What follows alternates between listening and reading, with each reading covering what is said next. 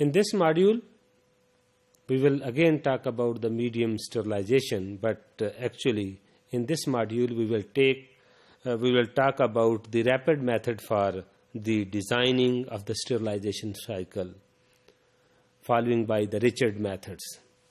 So as concerned, the Richard 1968, he proposed a rapid method for the designing of the sterilization cycle, avoiding the time-consuming graphical integration as we have seen over our previous module. So the method assumes that all the spore destruction occur at the temperature above 100 degrees Celsius, and that those part of the heating and the cooling cycle that is above 100 degrees Celsius are linear. So when we go beyond 100 degrees Celsius, it means the destruction is linear. So both these assumptions reasonably valid, and the technique loses very little in accuracy and gains considerably in simplicity. Furthermore, based upon these assumptions, Richard has presented a table of the Dell factors for Bacillus stereothermophilus spores, which could be obtained in heating and cooling a broth up to and down from the holding temperature.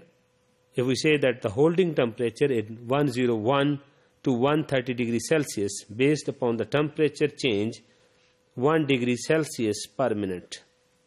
Mean when we go beyond 100 to 130, as we have discussed in later modules, in our previous module about that 30 is the suitable number to increase the temperature.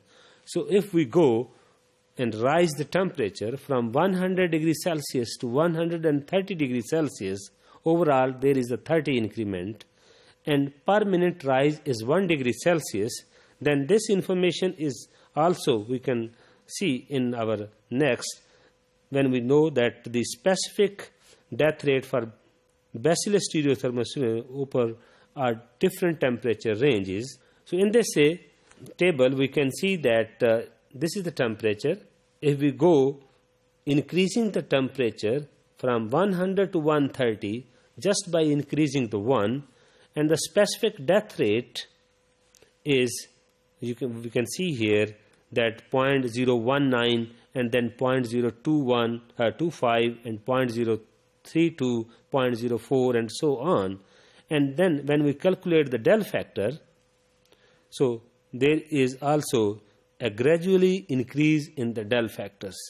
So if we go from 100 degrees Celsius to 115 degrees Celsius, the rise in the specific death rate from 0.019 to 0.666 as concerned the Dell factors, you can see here that 0.044 in case of 101 and 3.154 in case of temperature when there is a 115.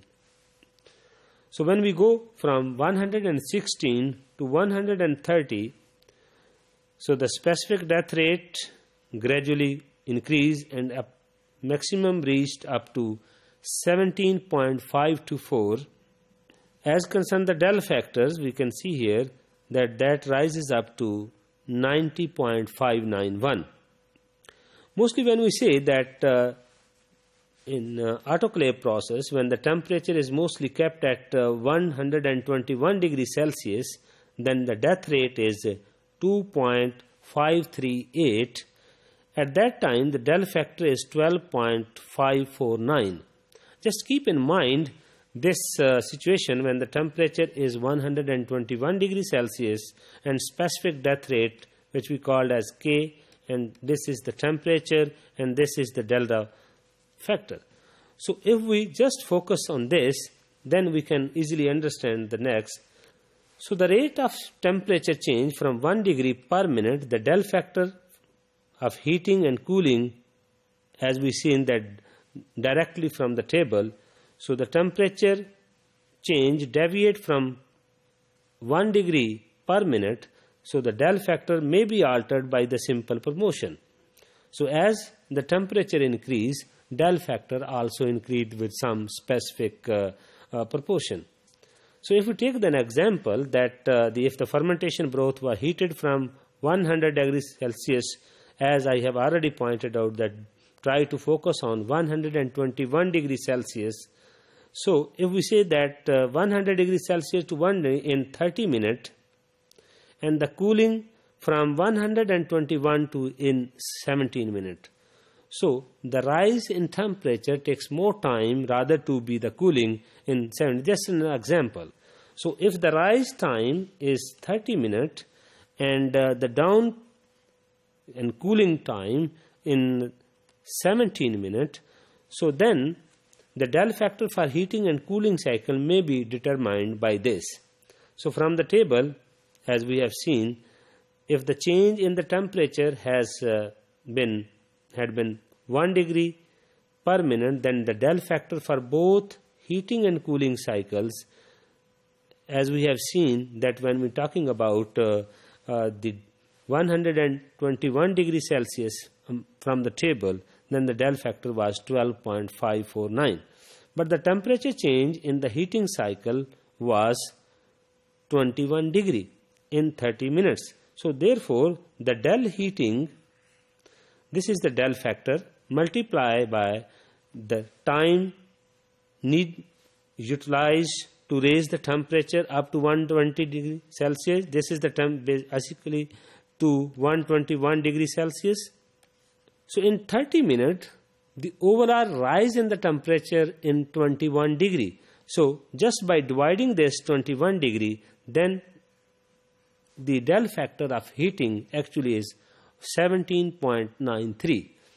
By the same case, when we are talking about the del cooling, so as we seen in our previous example, if the rising time from 100 degrees Celsius to 121 degree is 30 minutes, and if we say that the cooling time is 17 minutes, so the cooling from 121 degrees Celsius to 100 degrees Celsius, and the cooling time is 17 minutes, then the del factor easily, so the del factor at 121 degrees Celsius multiplied by the time and then the overall decrease in the temperature, then 10.16 is actually the del factor for the cooling cycle.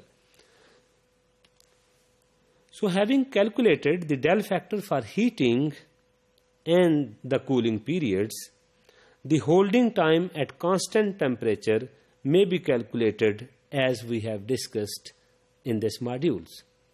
So by this way, when we kept the temperature constant, then we can calculate the increase and the decreasing temperature, mean the heating and the cooling del factor.